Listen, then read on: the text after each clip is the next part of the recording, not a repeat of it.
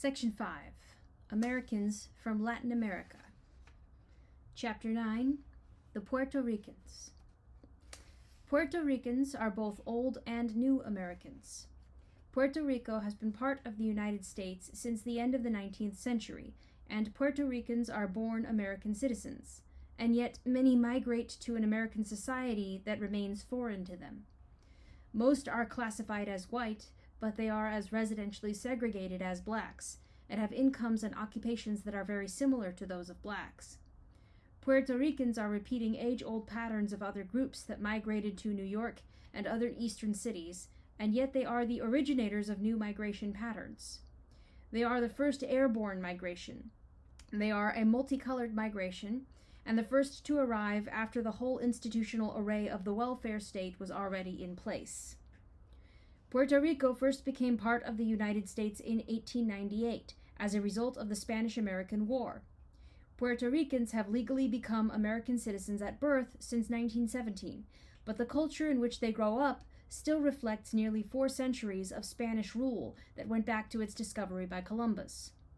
Although the island has been part of the United States for almost a century, its people have continued to live and develop separately from the United States, 1,000 miles from the Florida mainland, and even farther from New York City, where most Puerto Rican migrants have settled.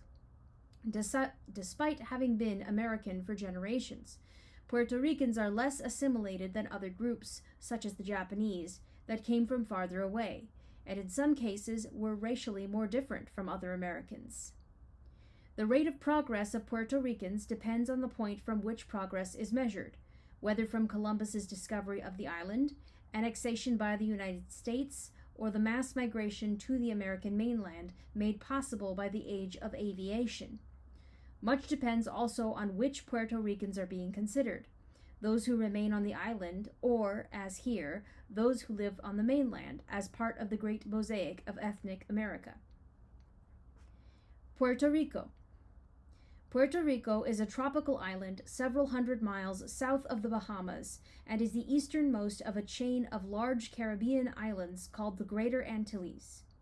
Immediately to the west are the islands of Hispaniola, containing Haiti and the Dominican Republic, and then Cuba and Jamaica. Puerto Rico is about 100 miles across and 35 miles from north to south.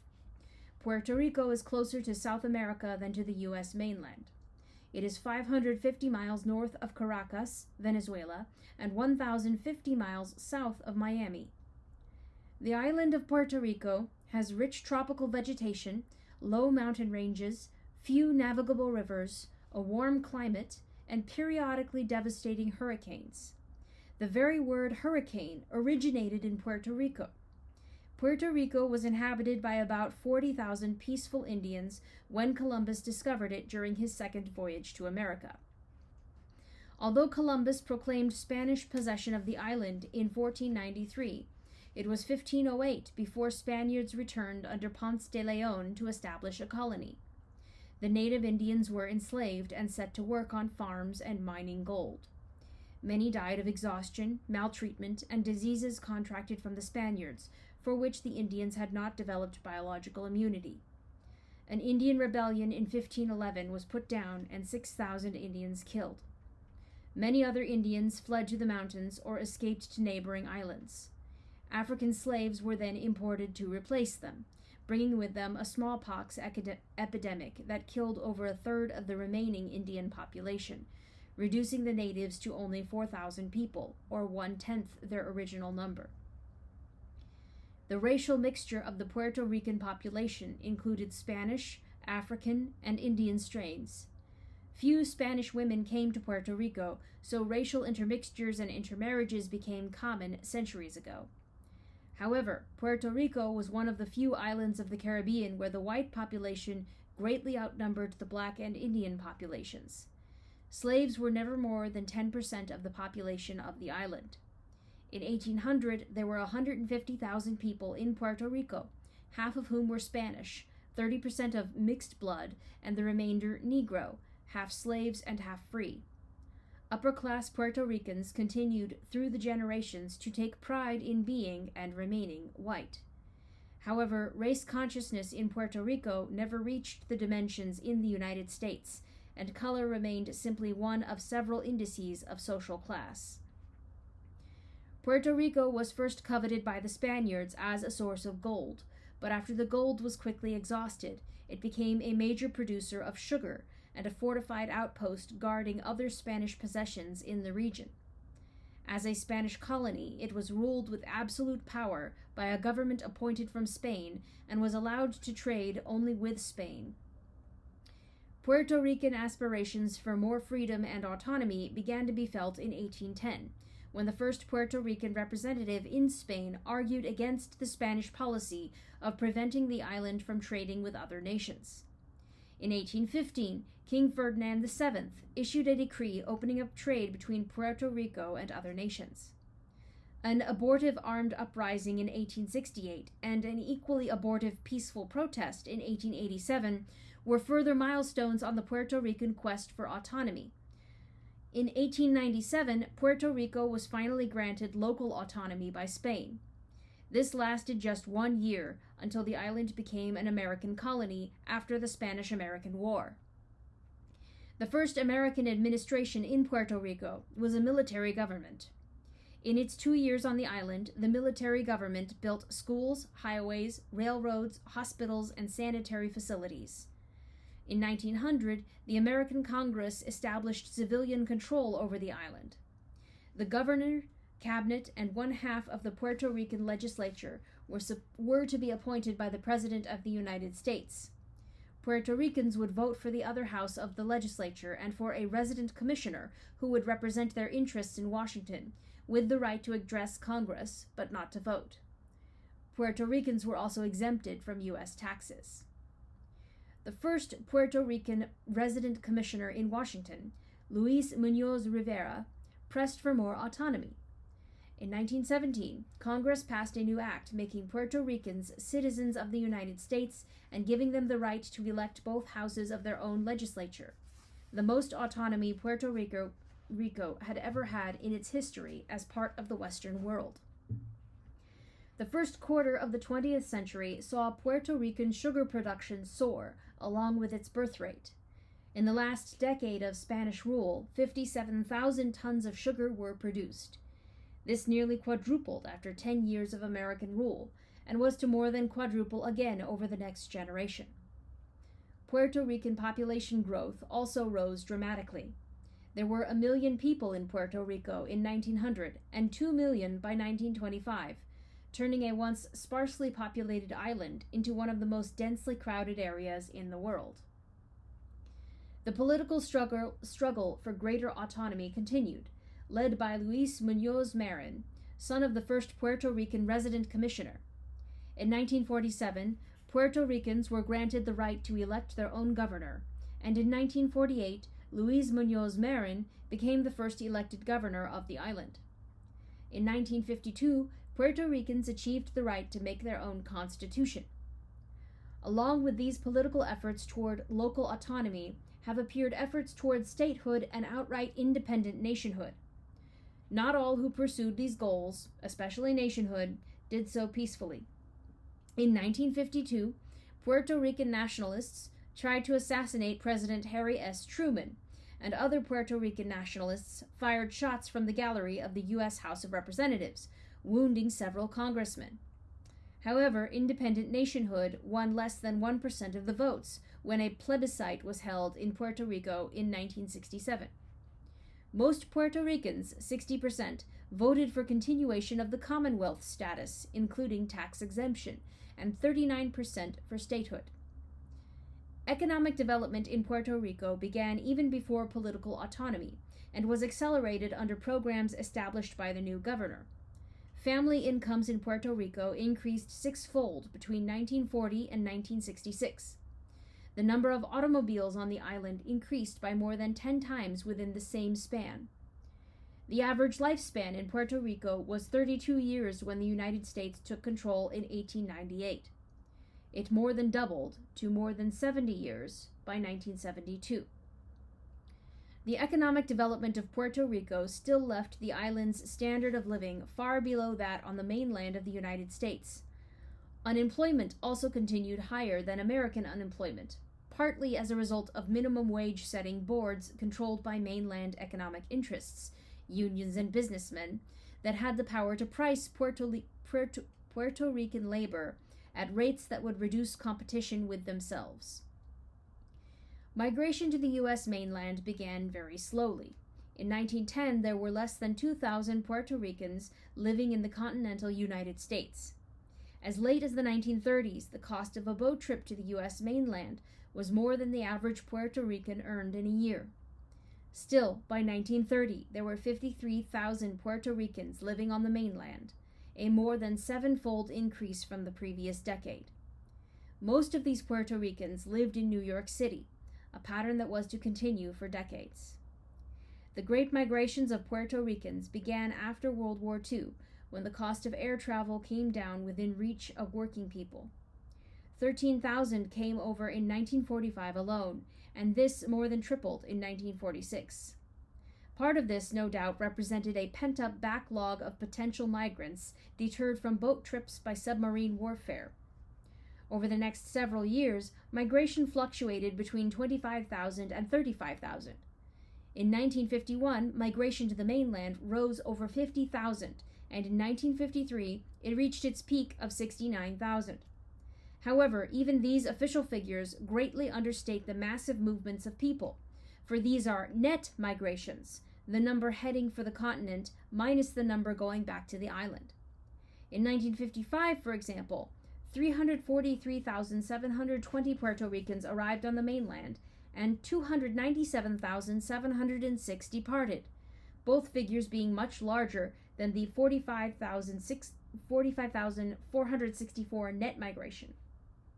Some years, 1961 and 1963 for example, more people left than came.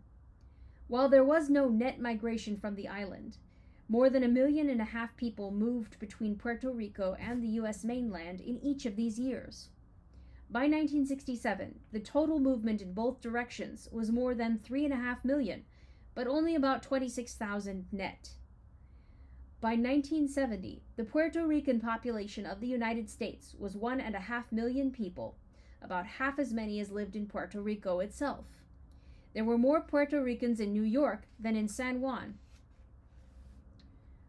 Puerto Ricans on the mainland. Since 1930, most Puerto Ricans in the continental United States have lived in New York City. When there were 53,000 Puerto Ricans on the mainland in 1930, more than 45,000 of them were in New York City. In 1955, when there were 675,000 Puerto Ricans on the continent, 500,000 were in New York City. With the passing decades, other Puerto Rican communities have developed, but 2/3 of the migrants from the island still lived in New York City in 1970.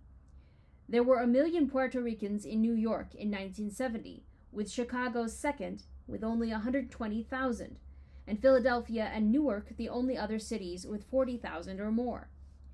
The east side of Harlem, Spanish Harlem, or El Barrio, was the first Puerto Rican community, but by 1970, there were more than twice as many Puerto Ricans in the Bronx or in Brooklyn as in Manhattan. The concentration of Puerto Ricans in New York City cannot be explained by geographic proximity, since many parts of the United States are closer to Puerto Rico. Moreover, the predominantly airborne migration could have easily settled at any number of other places on the mainland. However, the basic pattern of Puerto Rican migration was established before World War II, in the era of boat travel, when New York was, and is, the leading port city. The vastly larger post-war migration simply went to where there was already an established Puerto Rican community.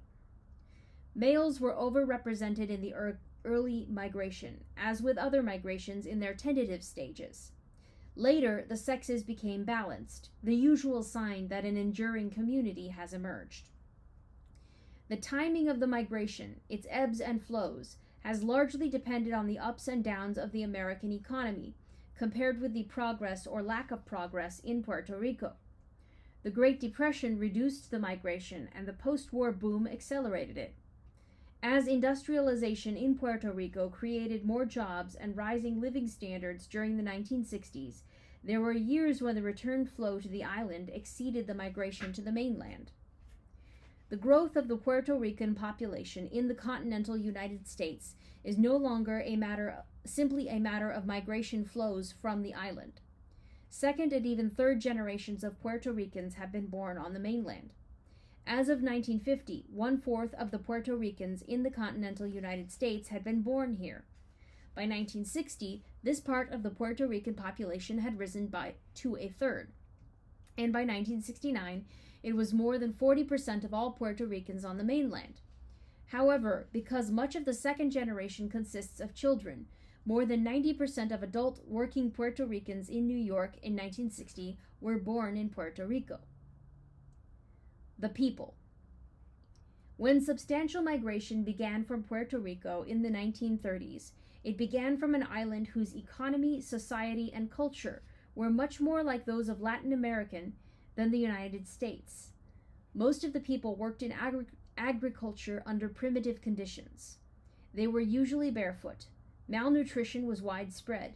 Sewage disposal was primitive, and parasites infested the ground and the people. Illiteracy, which was 83% when the United States took over the island in 1898, was declining, but was still 31% as late as 1940. Culturally, Puerto Ricans learned little English and retained little of the Spanish heritage other than the language and mores. Catholicism was the prevailing religion, but was not a powerful force there as it was in Ireland and in some other European countries. The priests in Puerto Rico were from Spain more often than from the island population. The African traditions of the black population had eroded away much more so than among other black peoples in the Caribbean. The family was important, and the numerous children loved and protected, but there was also a high rate of family breakups and a succession of fathers. As in Italian and other Latin cultures, the chastity of female children was protected jealously by keeping them away from social contacts with males. Daughters escaped their isolation with early marriages. In the late 1940s, 6% of the married women in Puerto Rico had gotten married at age 14 or earlier. More than half were married by the time they were 18 years old. High fertility rates accompanied these early marriages. Among the Puerto Rican migrants to the mainland in 1946, 1/3 were from families with 10 or more members. While more than half of all Americans at this time were from families of 5 or less people, about 2/3 of all Puerto Rican migrants were from families with 6 or more. The people in the urban centers of the United States, where Puerto Ricans concentrated, were even more different in fertility patterns, as well as in other patterns. Early marriages and high fertility rates were to remain a continuing factor of major importance in the economic and social history of the Puerto Ricans. The birth rate of Puerto Ricans in New York City in 1961 was 1/3 higher than among blacks and double that among whites in the same city. Among the boys, machismo was a major preoccupation. In Spanish cultures, this term covered a spectrum of daring behavior, from bullfights to sexual exploits to an acute sense of personal dignity to a general defiance of rules and authorities. It identified manhood with short-run daring rather than long-run accumulation of knowledge, skill, or discipline, as in the Jewish or Japanese cultures. Within the constricted confines of an urban community, machismo had few outlets other than disruptions in school and violence in the streets. Nor was this simply a matter of clashing with Anglo-Saxon society. Even in multi-ethnic Hawaii, Puerto Ricans in 1930 had the highest rate of juvenile delinquency of the many groups on the island, as well as the highest proportion on relief. Like other groups from a rural peasant background, Puerto Ricans had little or no intellectual tradition. Together with their short-run perspective, fatalistic view of the future, and concern with immediate individualistic machismo, this constituted a serious and continuing handicap in the schools. As of 1960, only 13% of Puerto Rican youngsters finished high school, less than half the proportion among blacks, and less than 1/3 of the proportion among whites.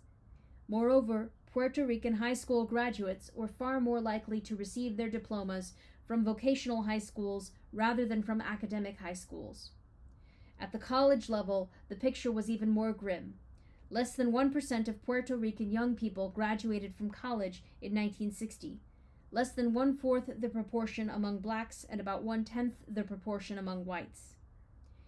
Language differences complicate the education of Puerto Ricans in American schools. More than 70% of Puerto Ricans in the continental United States grow up in homes where Spanish is the language spoken. Bilingual programs have been created, but their effectiveness has been questionable.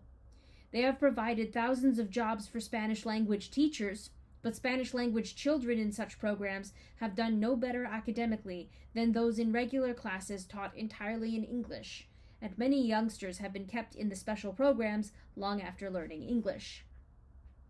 Political responses to the Puerto Ricans' educational programs, in addition to bilingual programs, have included ending the distinction between academic and vocational high school diplomas in New York City, open admission to the previously selective city colleges, and an outlawing of IQ tests on which Puerto Ricans and other minority children had low scores.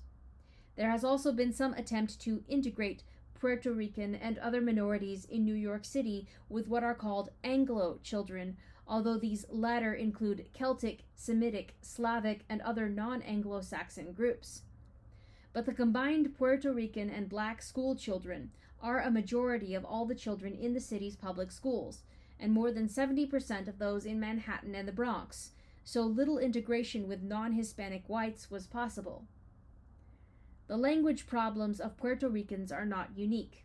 The persistence of a foreign language and a foreign culture has been characteristic of other groups, with large and long continuing back and forth migrations, Italian Americans and French Canadians. Living in New England, for example, and Italian Americans and French Canadians living in New England, for example, and Mexican Americans on the West Coast. Racial differences within the Puerto Rican population itself have been regarded less strongly than in the United States. Individual color differences remain socially significant, however, in a group that extends from pure Caucasian to pure Negro. The middle and upper classes in Puerto Rico have tended to be lighter colored or white, and a similar pattern persists in the continental United States, whether because of historical head starts or current mores. The migration from Puerto Rico to the continental United States has accentuated the importance of color differences among Puerto Ricans, as well as raising new issues of color differences between Puerto Ricans and the American population at large.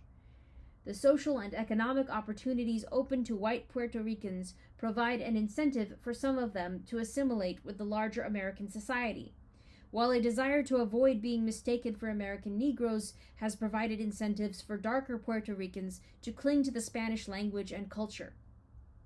Color has become an additional complication in an already difficult situation.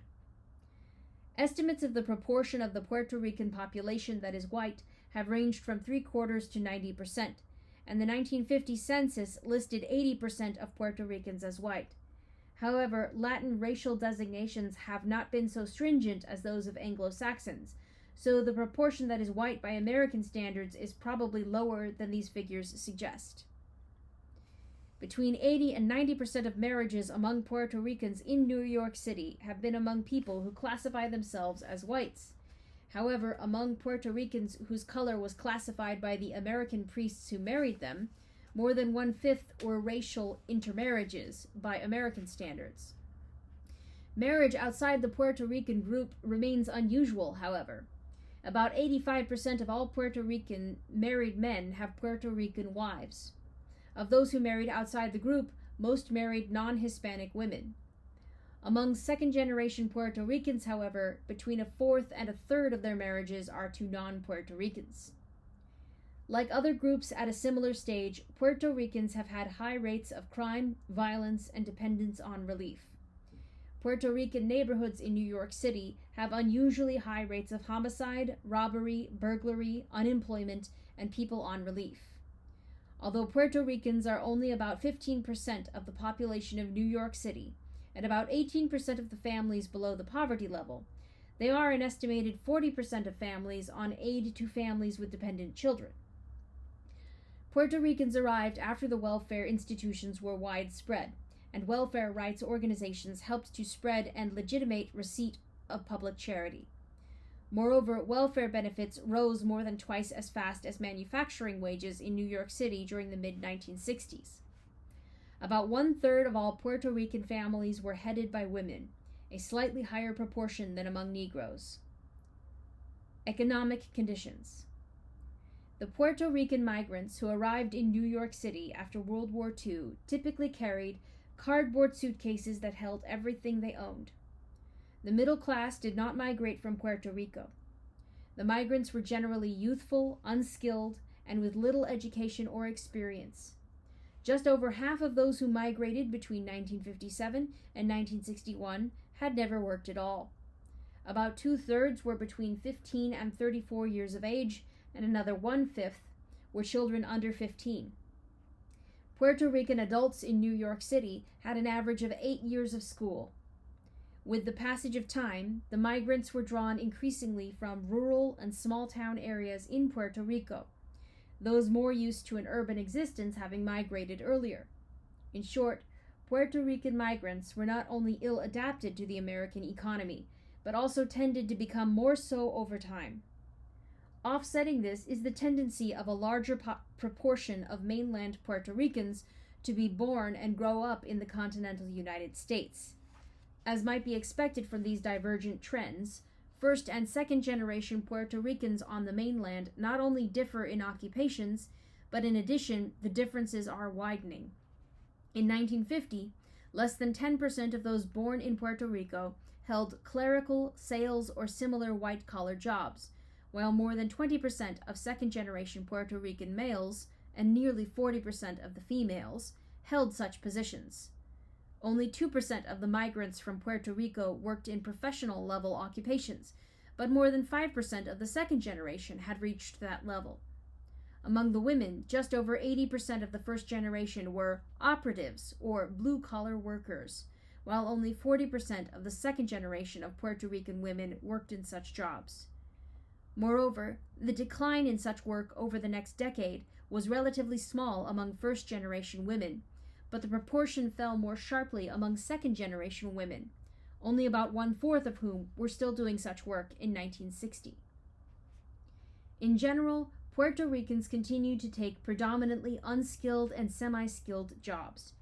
They are a major part of the workforce in New York's garment industry, in its hotels and restaurants, where they are typically bellboys, dishwashers, and busboys, and in its hospitals, where they are usually orderlies or in similar service jobs. Puerto Ricans also work in factories, on farms, and in civil service, again, usually in lower-level jobs. In 1969, almost 80% of all Puerto Rican men were either blue-collar workers, 63%, or service workers, 16%. The same was true of more than 60% of the women. Nationally, Puerto Ricans have about the same incomes as blacks. However, the incomes of blacks located where Puerto Ricans are primarily located, in New York City, have been consistently higher than Puerto Rican incomes. For example, black family income in New York City was 16% higher than Puerto Rican family income in 1960. Black family income in New York maintained this advantage over Puerto Rican family income in the 1970 census as well. Puerto Ricans in New York City also had consistently higher unemployment rates than blacks there. Part of the reason for low incomes among Puerto Ricans is their youth.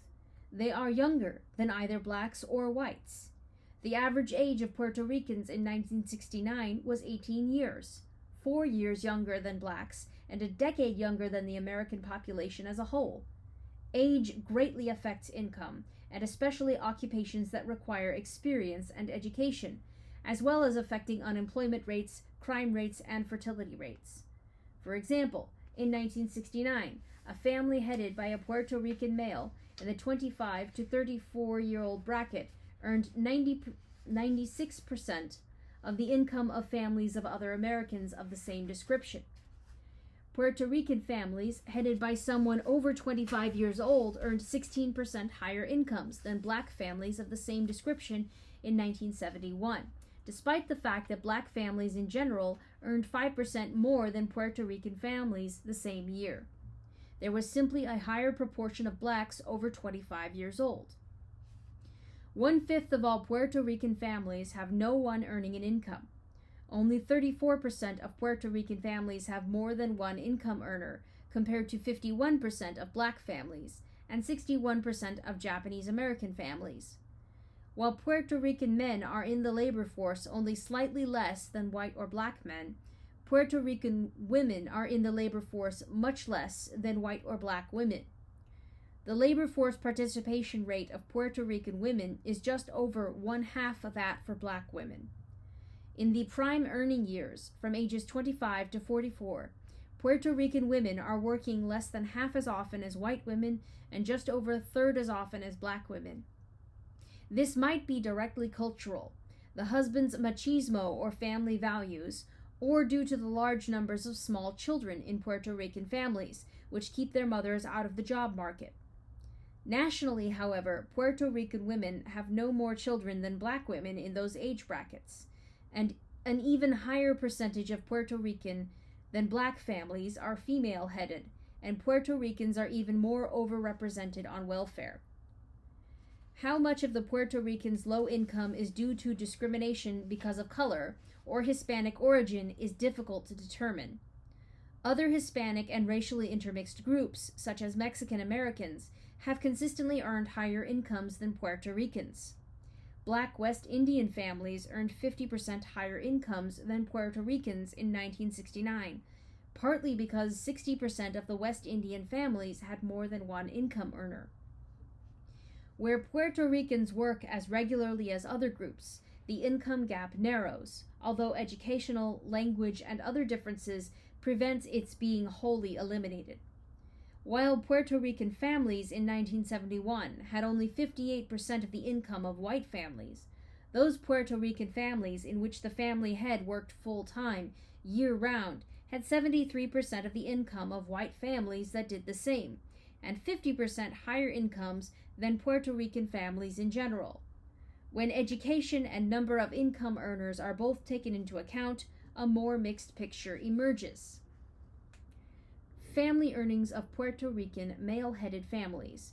Puerto Rican income as percentage of U.S. income in the same category. Education level of the family head. If it was less than high school, one income family, 90%. Two income family, 91%. Three or more incomes, 101%. As a Puerto Rican income as a percentage of U.S. income in the same category. Education of the family head, high school. One income family, 72%. Two income family, 83%. Three or more incomes, 99%. College, 1 to 3 years, is one income family, 82%. Two income family, 96%. Three or more incomes, 87%. College, 4 years. One income family is 96%, two income family is 74%, three or more incomes, 68%. Postgraduate, 1 year. One income family is 85%, two income family is 88%, three or more incomes, there's no data from the 1970 census. Postgraduate, 2 or more years. One income family is 83%, two income family is 83%, three or more incomes, 74%. In general, the income gap narrows when the above factors are taken into account, even without taking into account the potent effects of age or the fact that Puerto Ricans do not work full-time year-round as often as others. Politics. Because Puerto Ricans are all American citizens, they are eligible to vote in both national and local elections. However, most Puerto Ricans who are eligible to register do not do so, and the proportion of registered voters who turn out has been lower among Puerto Ricans than among any other ethnic group in New York City. Moreover, the proportion of Puerto Ricans who voted in New York in the 1968 presidential election was less than half what it had been 4 years earlier. Even where Puerto Ricans are a substantial part of the population, as in New York City, they are a smaller proportion of the adult population eligible to vote. A high percentage of the Puerto Rican population consists of children. More than half of all Puerto Ricans are either infants, children, or teenagers. When Puerto Ricans vote at all, they vote overwhelmingly for the Democratic Party. In 1960, John Kennedy received more than 3/4 of the Puerto Rican vote. In 1964, Lyndon Johnson received 86%. In 1968, Hubert Humphrey received 87% of the Puerto Rican vote, but reduced voter turnout lessened its significance in the outcome of that election. Puerto Ricans have gained few elective or appointive political offices. As of 1970, there were no Puerto Ricans serving in the New York City Council. That same year, the first Puerto Rican was elected to Congress. Non-participation in American political life is a pattern common among groups that continue a large back-and-forth migration to their place of origin. A similar absence from politics was common among Italian Americans during their early period of continued returns to Italy, and the same pattern is found among Mexican Americans who maintain ties with Mexico. Although Puerto Ricans in general have made little impact on American politics, a relative handful of Puerto Rican nationalists have gained sporadic public note with acts of violence and terrorism. In addition to the attempted assassination of President Truman and the wounding of congressmen, at various times groups of Puerto Rican nationalists have claimed responsibility for bomb explosions in various offices in and around New York City. Their aim is independent nationhood for Puerto Rico, a goal rejected by 99% of the voters in Puerto Rico in a 1967 plebiscite. While Puerto Ricans have had little influence on the course of American politics, they have been much affected by political decisions and institutions. Puerto Ricans are one of the few groups on the mainland to arrive in American society after the whole array of welfare institutions was in place. Many aspects of Puerto Ricans' lives are dealt with by government social service organizations, not only municipal, state, and national, but also by offices established by the government of Puerto Rico in New York City. Puerto Ricans have therefore not had to come together and establish their own grassroots organizations, as immigrant groups or blacks have had to do before them. There is no Puerto Rican equivalent of the NAACP or B'nai B'rith, or the many other organizations that gave other groups cohesion. The scarcity of community leadership institutions extends to other phases of Puerto Rican life. The leading Puerto Rican newspapers in New York were founded by an Italian and a Dominican. Puerto Ricans form substantial portions of the membership of the garment unions and the Catholic Church in New York, but have few leaders in either organization. Puerto Ricans are not isolated individuals, but the ties that exist tend to be family or personal friendship ties, not the wider cohesion made possible by organizations.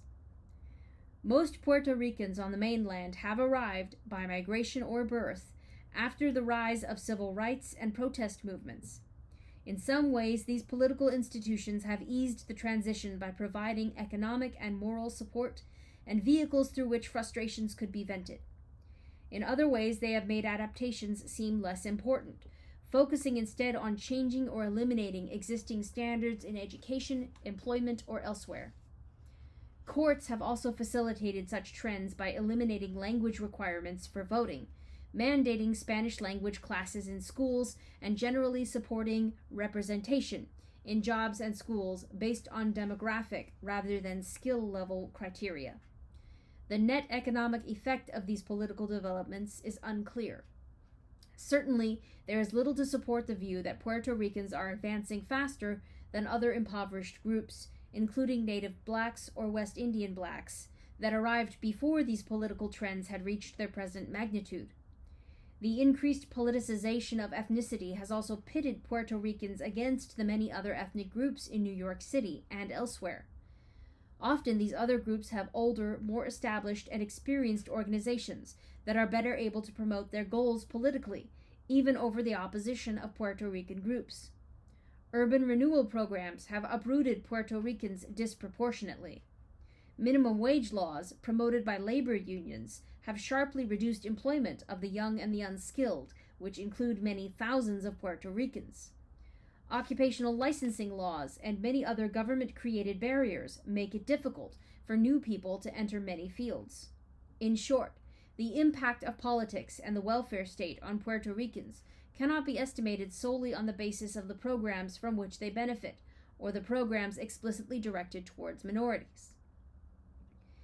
Puerto Ricans today.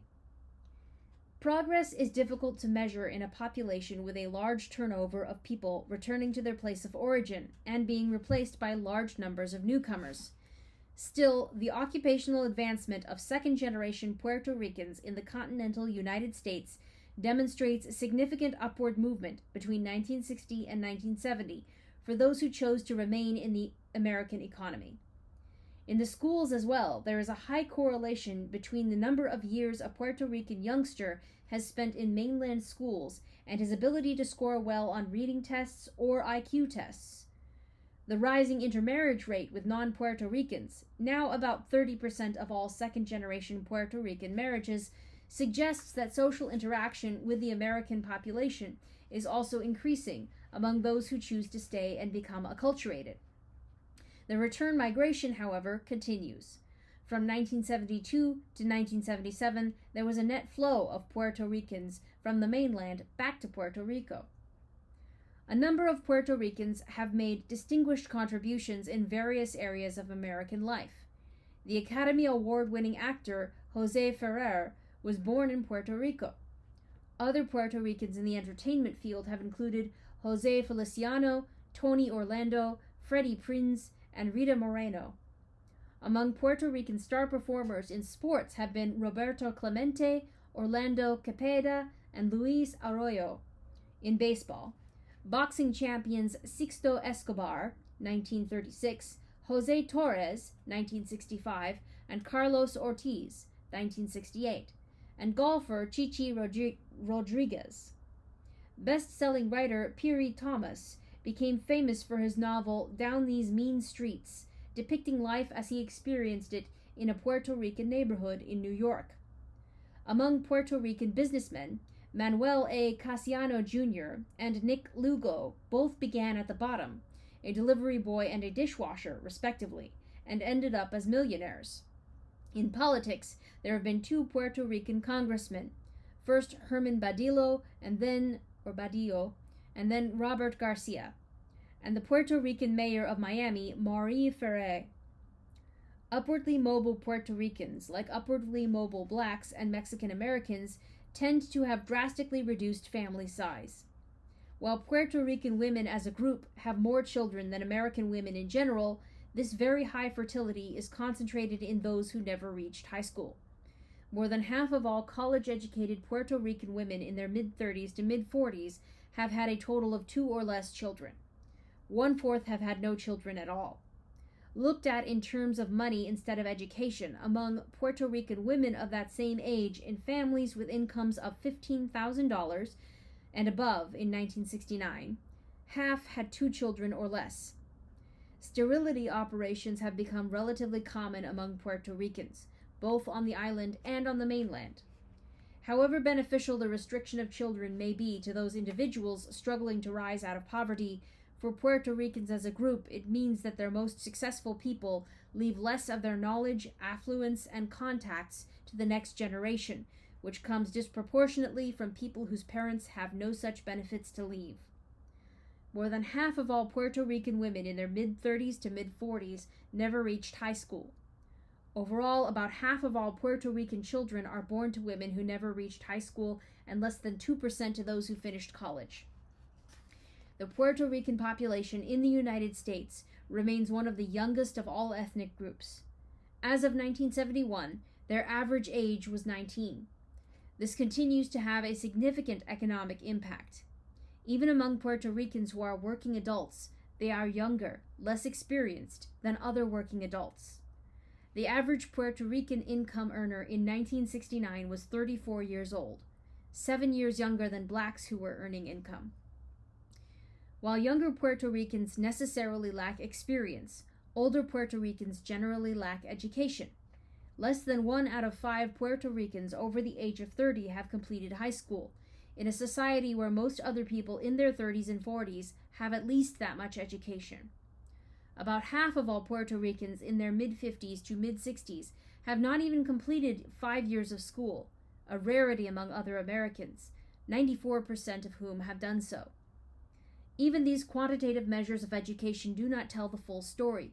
Puerto Ricans are much more heavily represented among recipients of vocational high school education than among those taking academic high school courses. Those few who go on to college are much more likely to go to a 2-year community colleges than to full 4-year institutions. When compared with people of the same age and education, Puerto Ricans earn comparable incomes.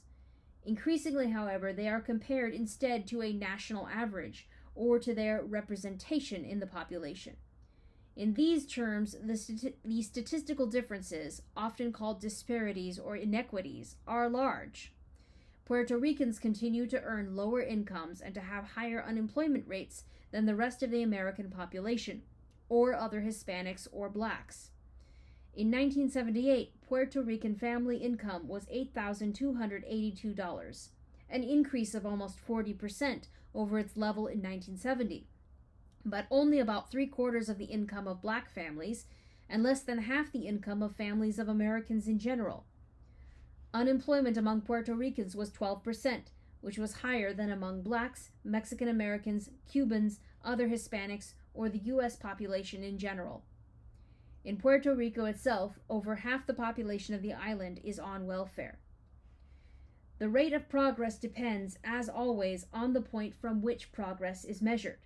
Most Puerto Rican adults in the continental United States today are still the first generation where they are.